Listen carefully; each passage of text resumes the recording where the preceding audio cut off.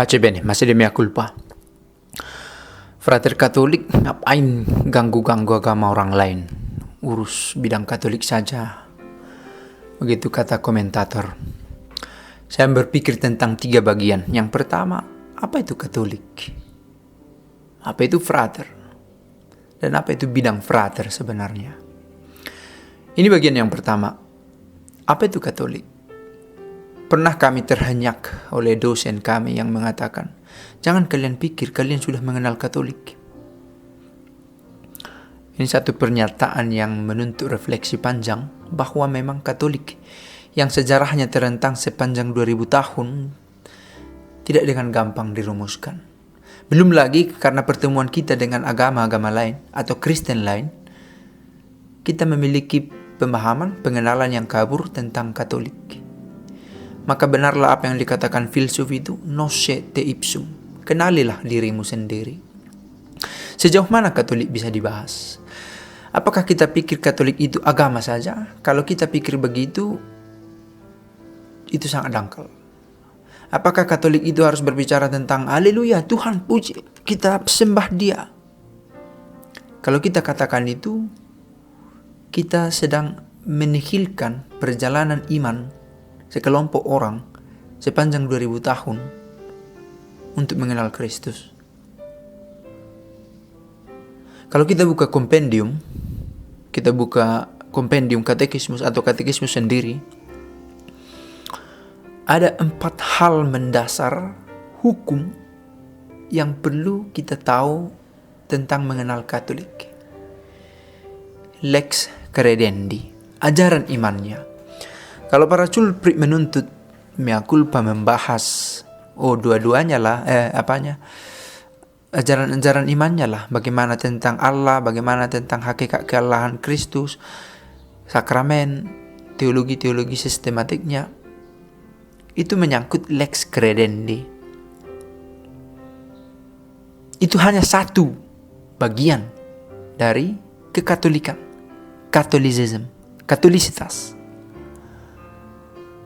Bagian kedua, lex celebrandi.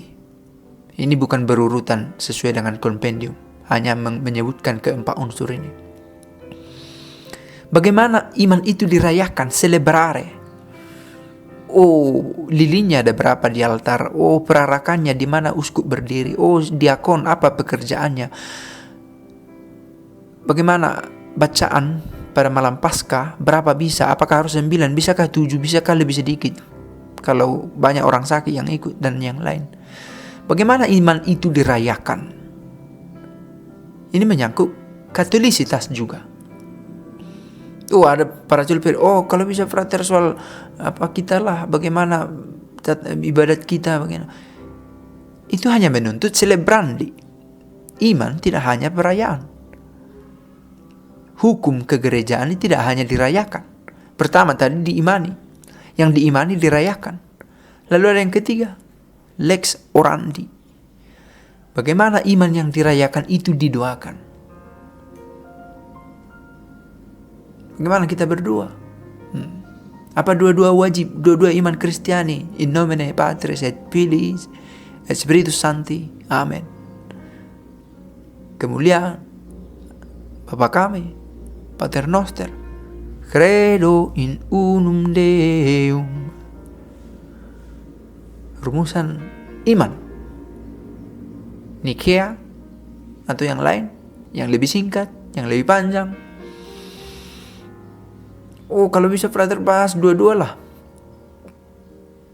Dua-dua orang kudus, novena, rosario.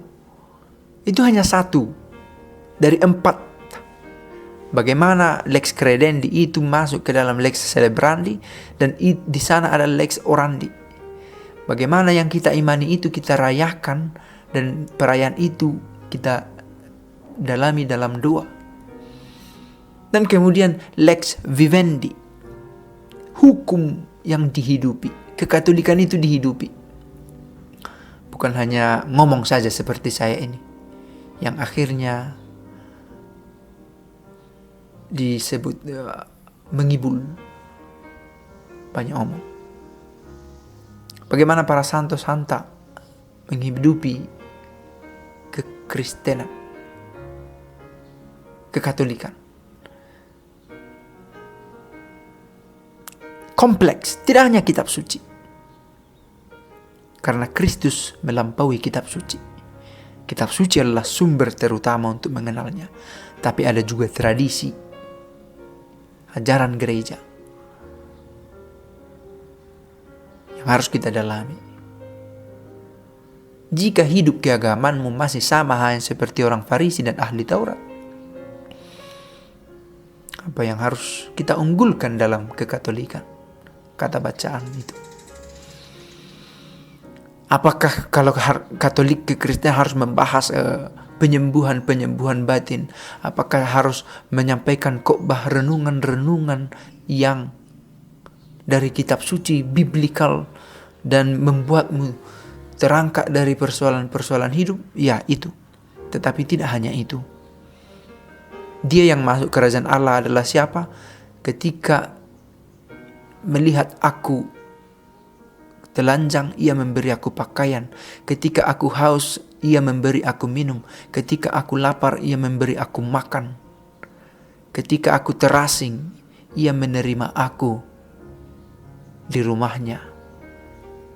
Ketika aku di penjara, ia mengunjungi aku. 7 aksi itu. Lebih. Lex vivendi. Wah, gimana nih prater Katolik bahasa agama orang?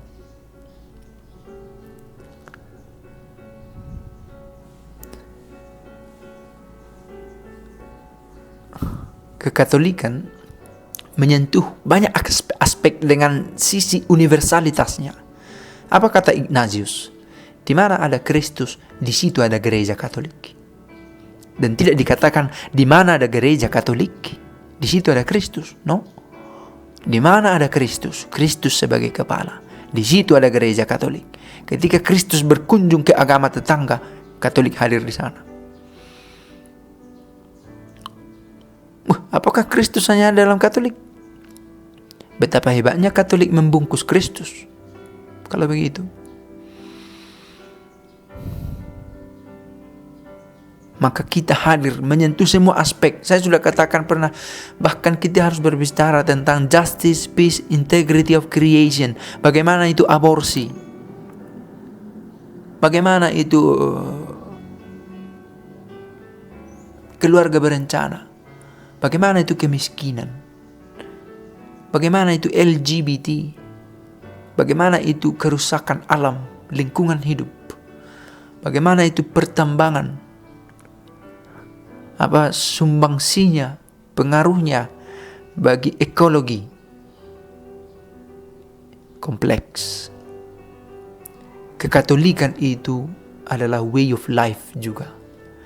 Karena ini menyangkut lex credendi, yang kita percayai, kitab suci, ajaran iman dari tradisi, dan ajaran-ajaran dogmatis dari gereja. Celebrandi, bagaimana iman itu dirayakan dalam perayaan-perayaan liturgis sakramental. Orandi, bagaimana didoakan dalam kekatolik? Bagaimana doa dalam kekatolikan itu? Silenzio, heart to heart, in meditatio, imitatio Christi.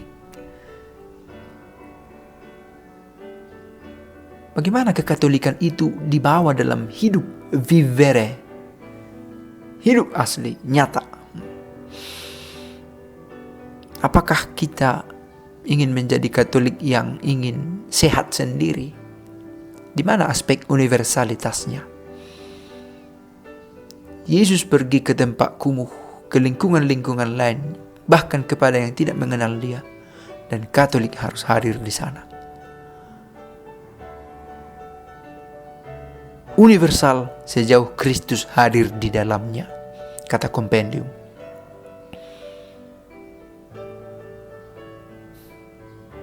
Ketika berbicara tentang Islam, kita berbicara tentang satu kelompok yang mencoba mengadopsi ajaran tentang Allah dari kekristenan itu sendiri, dari kekatolikan itu sendiri. Tentang omnipotence Deus, Allah yang maha besar. Ketika berbicara tentang Protestantisme, kita berbicara tentang Maria yang disampingkan. Kita berbicara tentang Ekaristi yang ditolak sebagai tubuh dan darah Kristus, dan kita diam saja. Dan kita dengan berani mengatakan, aku Katolik, tetapi tidak membela Ekaristi kita, Mariologi kita.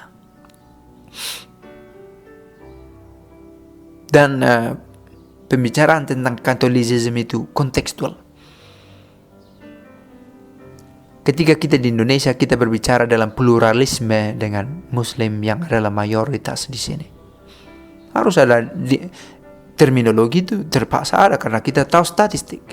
Ketika kita ada di India dengan Hinduism, ada Raymond Panikkar, Anthony de Mello yang berusaha menemukan itu, ya akhirnya meskipun dalam beberapa ajaran menjadi keliru.